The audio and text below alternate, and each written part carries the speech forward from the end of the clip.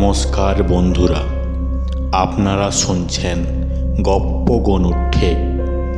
আমাদের আজকের বিশেষ নিবেদন স্মৃতিজাল। লিখেছেন সৌমেন দে। গল্প পাঠে গনু। গল্পে সুজিতের ভূমিকায় সূর্য, কেয়ারটেকারের ভূমিকায় অরিজিৎ, অবনীশ বাবুর ভূমিকায় সুখদেব রয় এবং অন্যান্য ভূমিকায় রিমি। শুরু করছি আমাদের আজকের গল্প স্মৃতিজাল। কেয়ারটেকার ঘরগুলো ঘুরিয়ে দেখাতে দেখাতে দোতলার লম্বা বারান্দার একদম প্রান্তে এসে শেষ ঘরটা খুলে দিল সে। সব কটা ঘরের প্রায় একই অবস্থা। সিলিং থেকে ঝুল নেমে এসেছে, কোনো কোনো ঘরে পলিশ তারা খসে পড়েছে। আসলে প্রায় 4 যুগ ব্যবহার না করার ফলে যা হয়ে থাকে আর কি। সুজিত দেখল এ ঘরটার অবস্থা তাও সামান্য হলেও ভালো আছে। তাই সে কি কেয়ারটেকারকে বলল, তাহলে কাজ করো, এই ঘরটাই একটু পরিষ্কার করে দাও, এটাতেই থাকা যাবে। কেয়ারটেকার ঘরে ঢুকে পরিষ্কার করতে লেগে গেল। আর সুজিত ঘর থেকে বাইরে বেরিয়ে এলো। পরন্ত বিকেলে রোদটা বেশ মোলায়েম লাগছে, তাই একটা সিগারেট ধরালো সুজিত। কলকাতা থেকে আসতে সময় লাগলো ঘন্টা দেড়েকের মতো।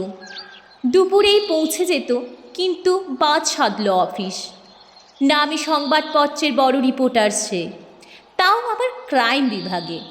সকালে রওনা দেবে ঠিক করেছিল, কিন্তু হঠাৎ করেই সকালে ফোন এলো অফিস থেকে। নবীনচাঁদ বড়াল লেনে খুনের খবর।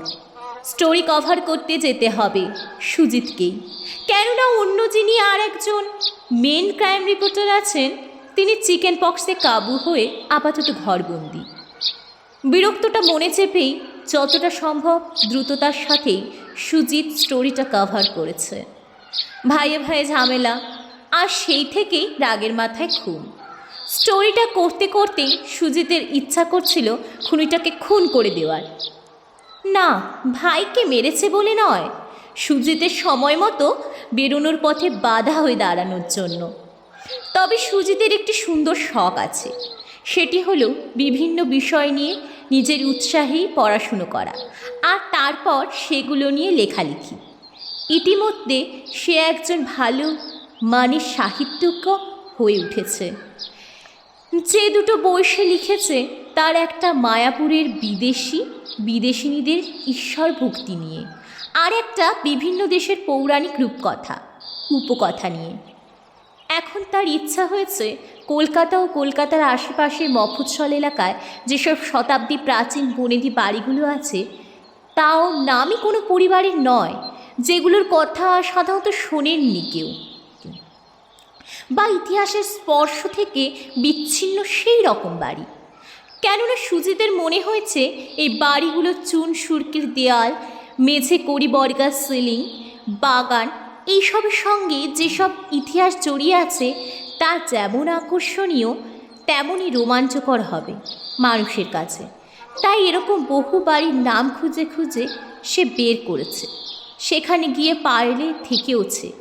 বাড়ির ইতিহাস সম্পর্কে মোটামুটি যারা জানে এমন স্থায়ী বৃদ্ধজনের সঙ্গে কথা বলে নিজের মতো করে সেগুলো নোট করেছে। সেই সূত্রেই নিমতার এই মিত্র বাড়িতে আসা। हो गया बाबू, एक बार देख लीजिए। কেয়ারটেকার ডাকে। সুজিত ঘরটা এসে চোখ বোলালো। মোটামুটি চলনসই থাকা যাবে, সে বলল। বাহ, ফাইন। হঠাৎ তার মনে হলো, আরে ঘরে তো খাট বা তক্তপোষ কিছু নেই, মাটিতে শুয়েছে সে। এর আগে এই কাজের সূত্রেই 2-1 বার, কিন্তু ইদানিং কোমরের ব্যথার জন্যে ডাক্তার মাটিতে শুতে বারণ করেছে। সে কেয়ারটেকারকে বলল, আচ্ছা, একটা খাট হবে না? আসলে মাটিয়ে শুতে একটু অসুবিধে হয় আর কি। কেয়ারটেকার কি যেন ভাবলো একটু, তারপর বলল, बाबू थोड़ा रुकिए, আমার ঘরে 2টো তক্তাপোষ আছে, একটাতে আমি শুই और একটাতে আমার বউ। ও अभी বাপের বাড়ি গেছে, आएगा 1 हफ्ता बाद, ওটা এনে দিচ্ছি आपके लिए। তক্তাপোষে কোনো তকলিফ হবে না তো বাবু? না, তা বা হবে না, কিন্তু তোমার বাড়ি কত দূরে? ज्यादा दूर नहीं है, लेकिन क्यों बाबू? না, আমি ভাবছিলাম তুমি কি আনতে পারবে একা, নাকি আমি সঙ্গে যাব? दूर কি যে বলেন বাবু, এমন কিছু বাড়ি নেই। आप रुकिए, मैं लेकर आता हूँ। কেয়ারটেকার চলে যেতে সুজিত সুটকেস খুলে নিজের জিনিসপত্র বার করলো। টর্চ, মশলা, তেল, ডায়েরি, পেন, তোয়ালে, সাবান, দাড়ি কামানোর সরঞ্জাম ইত্যাদি। এসব যখন সে বার করছিল তখন যেন হঠাৎ সুজিতের মনে হলো কেউ যেন একটি দীর্ঘশ্বাস ফেলল। একটু অবাক হলেও সে সামলে নিল নিজেকে। কিছুক্ষণ পর কেয়ারটেকার ফিরল, সঙ্গে একজন মাঝবয়স্ক লোক। দুজনে মিলে তক্তাপোষটা ঘরের এক কোনায় রাখলো। কেয়ারটেকার সুজিতকে বলল, बाबू ए दुखीराम है, आपका रान्ना बान्ना सब कुछ করে দিবে আর রাত্রে भी থাকবে आपके संग। কথাটা শুনে সুজিত বেশ খুশি হলো। বাহ, তাহলে তো খুব ভালোই হলো। আমি তো রান্নার জিনিসপত্র সব সঙ্গে করে নিয়ে এসেছি। দুঃখীরাম, তুমি তাহলে আমাদের সবার জন্য একটু চা করে ফেলো এখন। চা খেতে খেতে সুজিত কেয়ারটেকারকে বলল, বলছি ওকে নিয়ে তো এলে, কিন্তু ও থাকবে কোন ঘরে? ও ব্যবস্থা আমি আমিই করে দিচ্ছি, আপ সোচিয়ে মত। কিছু সময়ের মধ্যেই ব্যবস্থা করে দিল সে পাশের ঘরটায়। একটা মাদুরেই হয়ে যাবে বলল দুঃখীরাম। সন্ধেবেলা বাড়ি যাওয়ার সময় কেয়ারটেকার সুজিতকে বলল, বাবু বাথরুম ইধার হ্যাঁ, রাত্রে যদি বাথরুম যেতে হয় তো যাবেন। হঠাৎ সুজিত যেন আপন মনেই বলে উঠল, পাশের দুটো ঘর পরে, তাই তো? क्या आपको कैसे पता? वो तो मैं आपको नहीं दिखाया, और ওটা বাথরুম আছে বলে কেউ বুঝতেও পারবে না। आप पहले कभी आए था इधर? সুজিত অপ্রস্তুতে পড়ল। সে বুঝেছে সে নিজে যেন কথাটা বলেনি, তাকে দিয়ে যেন কেউ বলালো। সে বলল, কি জানি, এমনিই মনে হলো। কেয়ারটেকার কি বুঝলো কে জানে, আর কথা বাড়ালো না। সব বুঝিয়ে দিয়ে চাবি সুজিতের হাতে দিয়ে চলে গেল। তবে তার মনে সন্দেহ যে থেকে গেল সেটা সুজিত ভালো করেই বুঝলো। সে চলে যেতে সুজিতের দুঃখীরামকে জিজ্ঞাসা করলো, আচ্ছা দুঃখীরাম, এটা তো অনেক কালের পুরনো বনেদি বাড়ি বলে শুনেছি, তাই তো?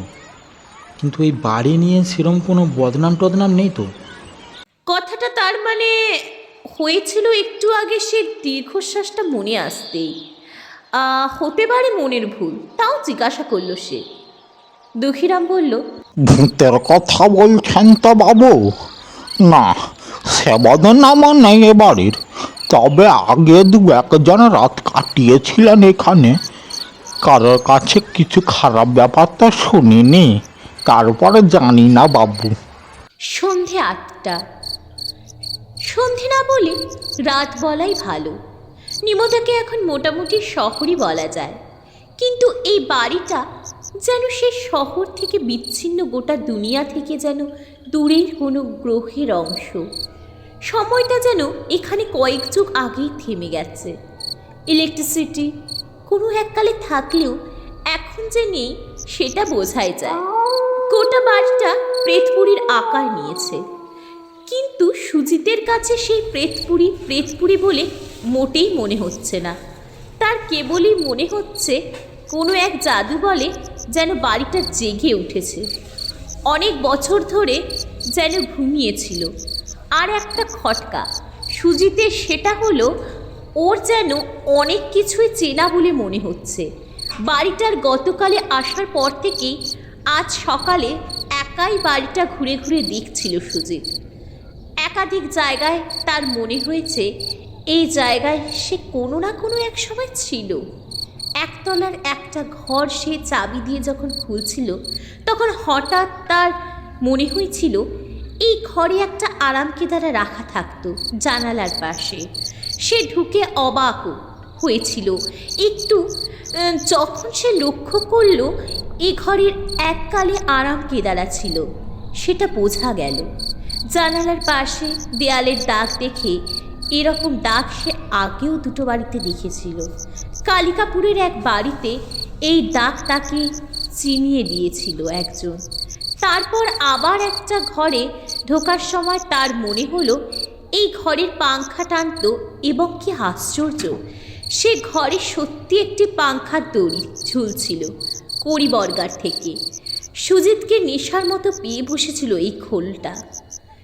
এরকম আরও অনেক ঘরের সম্বন্ধে সে কিছু না কিছু একটা ভাবছিল, এবং সেটাই মিলে যাচ্ছিল। এই ভাবনাটা সে খুব আত্মবিশ্বাসের সঙ্গেই ভাবছিল রীতিমতো। কি হচ্ছে এগুলো তার সাথে? একটু আগেই রাতে খাবার খেয়েছে সুজিত। দুঃখীরামের রান্না হাত ভালোই। সে এঁটো থালা বাসন নিয়ে চলে যাবার পর সুজিত হাত মুখ ধুয়ে এসে ঘরে একা চুপচাপ বসেছিল। হঠাৎ তার মনে হলো কে যেন একটা প্রশান্তির নিঃশ্বাস ফেলল। সুজিতের চমকে উঠার কথা ছিল, কিন্তু তাও সে চমকে উঠল না, যেন এটা তার কাছে প্রত্যাশিত ছিল। হঠাৎ যেন কে বলে উঠল, কে কুমার? সুজিতের মনে যেন আসতে চেষ্টা করছিল কিছু একটা, কিন্তু এলো না। অনেক চেষ্টাতেও এলো না। এই ফাঁকা বাড়িতে একা সে আর দুঃখীরাম মনে হয় না কিছু অস্বাভাবিক টের পেয়েছে। তার মনে হাবভাব দেখে তাই মনে হয়েছে। এই রকম অবস্থায় সুজিতের অস্বস্তি হবার কথা, কিন্তু তা হচ্ছে না তো। বরং তার খুব ভালো লাগছে। কীরকম ভালো লাগা এটা সুজিতের তা কোনো মতেই বলে বোঝাতে পারবে না। কখন যে ঘুমিয়ে পড়েছিল সুজিত তা সে নিজেই জানে না। হঠাৎ করে ধর্মড়িয়ে উঠে বসলো তক্তাপোষের উপর। কি বিভৎস স্বপ্ন রে বাবা! সুজিত দেখছিল দাউ দাউ করে আগুন জ্বলছে, জ্বলেই চলেছে। একদল নিরীহ মানুষ পাগলের মতো ছোটাছুটি করছে। কি ভয়ঙ্কর চিৎকার চারিদিকে! আর একদিকে দাঁড়িয়ে পৈশাচিক হাসি হেসেই চলেছে এক বিশালধারী মানুষ। তার চোখ দিয়ে যেন আগুন বেরিয়ে আসছে। কে যেন আবার চেঁচালো, ব্যাস তারপরেই আর দেখতে পারেনি সুজিত। চিৎকার করে উঠে বসলো খাটে। পাশের ঘর থেকে দুঃখীরাম কিছু শুনতে পায়নি। সুজিত উঠে চোখ মুখে জলের ঝাপটা দিল, বাথরুম পেয়েছে। টর্চ চালাতে গিয়েও জ্বালল না। তার হঠাৎ মনে হলো টর্চটা এখন চালানো বোধহয় ঠিক নয়। অন্ধকারে হাতড়ে হাতড়ে যেতে যেতে ভালো লাগছিল সুজিতের। দেয়ালগুলো যেন প্রাণ ফিরে পেয়েছে ওর হাতের ছোঁয়ায়। ওরও মনে হচ্ছিল যেন বহুদিন পরে কোনো চেনা কারোর গায়ের ছোঁয়া থেকেছে, যা বোধহয় এতদিন ওর কাঙ্ক্ষিত ছিল। প্রতিটা পদক্ষেপ যেন কত জমে থাকা কষ্ট, যন্ত্রণা, অভিমান এক নিমেষে ভুলিয়ে দিচ্ছে। বাড়িটা সুজিতকে বড় ভালোবেসে ফেলেছে। সুজিত বাড়িটাকে। পরদিন সকাল 10টায় ঘুম ভাঙল সুজিতের। গতকাল রাত্রের কথা তার মনে পড়ল। বাড়িটাকে সত্যিই সে খুব ভালোবেসেছে। বাড়ির চিরন্তন বাসিন্দারা সুজিতের থাকাকে অনধিকার প্রবেশ বলে মনে করেনি, বরং পরম সাদরে গ্রহণ করেছে। কিন্তু এই বাসিন্দারা কারা? কায়াহীন ছায়া তারা নয়। তাহলে সুজিতের তাদের অস্তিত্ব বুঝতে পারত। বাড়িটা প্রথম দিন ঘোরার সময় সুজিতের মনে হয়েছিল বাড়ির প্রতিটা কোণায় যেন কীরকম বিষণ্ণতার ছাপ। কিন্তু সেই বিষণ্ণতার অনেকটাই যেন কেটে গিয়েছে তার হাঁটা চলার, তার কথাবার্তায়, তার চিন্তাভাবনায় বরং বেশ একটা সতেজ ভাব এসেছে বাড়িটায়। সুজিতের দারুণ লাগছে এসব। তার আফসোস আগে কেন সেই বাড়িতে আসেনি। দুঃখীরাম বাবুর পরিবর্তন লক্ষ্য করেছে ভালোই, কিন্তু সে একটু অবাক বাবুর পরিবর্তনের ধরন দেখে। কেমন একটা অন্যমনস্ক ঘরেই থাকেন ঠিকই, তবে বেশ আনন্দই থাকেন, সেটা বোঝা যায়। এরপর আনন্দের কি আছে তা অবশ্য সে জানে না। মস্তিষ্ক বিকৃতি হলে অবশ্য আলাদা কথা, সেটা মনে হয় হয়নি। সুজিত বুঝেছে এ বাড়ির বাসিন্দারা যতই তাকে গ্রহণ করুক না কেন, তারা ধরা দিতে চান না। সুজিতও চায় না তারা ধরা দিক।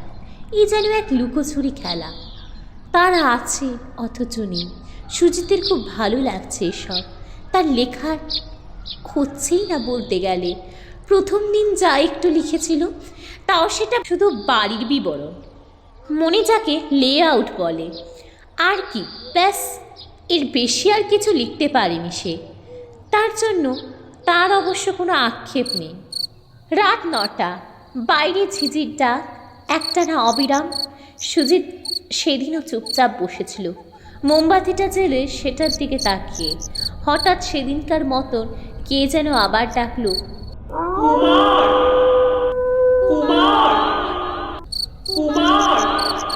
সেই একই সুর, একই রকম ডাকার ধরন।